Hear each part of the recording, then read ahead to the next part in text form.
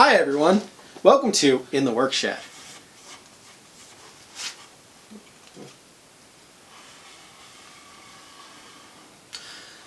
Today I'm going to show you a prop that we used for our World War I era LARP.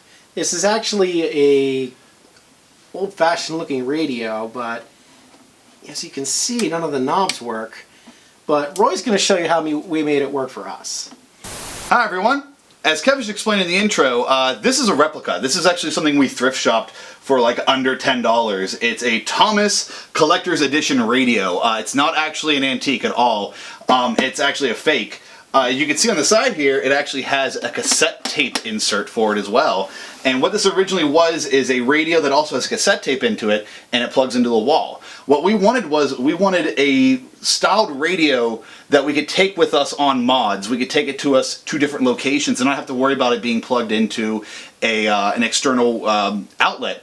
And we also wanted to play our songs. We wanted to play our music on this thing. We didn't want to play radio music. So what we did was, we cracked it open, opening up the... We cracked it open and we pulled out all the guts out of it.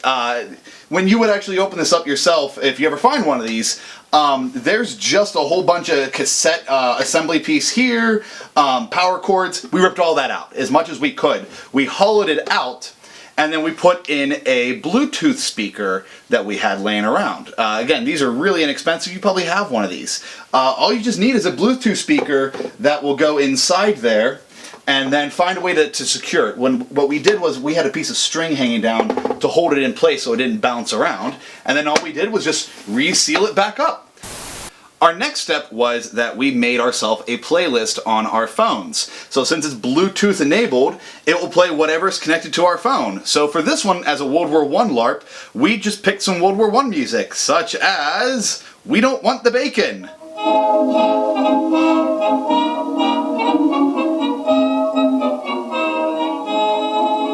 What a song. We don't want the bacon.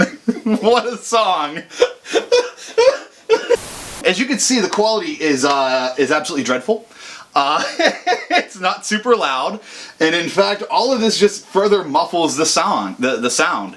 So we like that though. We want it to sound absolutely dreadful because it's supposed to be from the turn of the century. Now you can make a prop like this representing anything, you know, pretty much from the 1890s and up. But to make it just a little bit better, what we then did was we recorded our own radio adverts and put them into the playlist. So you'll be having these songs playing, and then you'll have a radio advert that's associated with the LARP. For instance, you are now listening to WEFR, Expeditionary Force Radio, serving all British, American, and French interests here in the beautiful French countryside. So then you can actually then have information from your LARP coming through your radio. So you can have your players out there sitting around the radio listening to music and then have a radio report of what's happening in other parts of the world. Playing music at a LARP is always like a really tricky thing. At our Dead Legends games, which is a Western LARP, a Weird West LARP, we usually have piano music playing throughout the saloon. And there's always jokes about where's that music coming from? Well, if you have a prop like this, it kind of makes that immersion just a little bit better.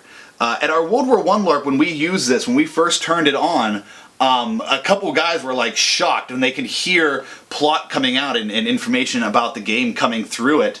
In addition to songs, they were like shocked. So this could be a nice little way to spice up your game to add a little bit of immersion.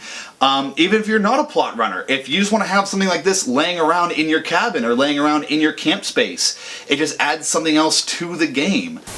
If your game's medieval or if your game is pre-electricity, it's going to be a little tricky to use something like this. Obviously you can't. The only kind of music you're going to have at those games are going to be live music.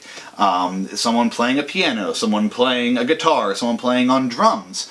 But if your game allows for it, this is a really good alternative to just music playing out in the wild. Have something like this set up somewhere.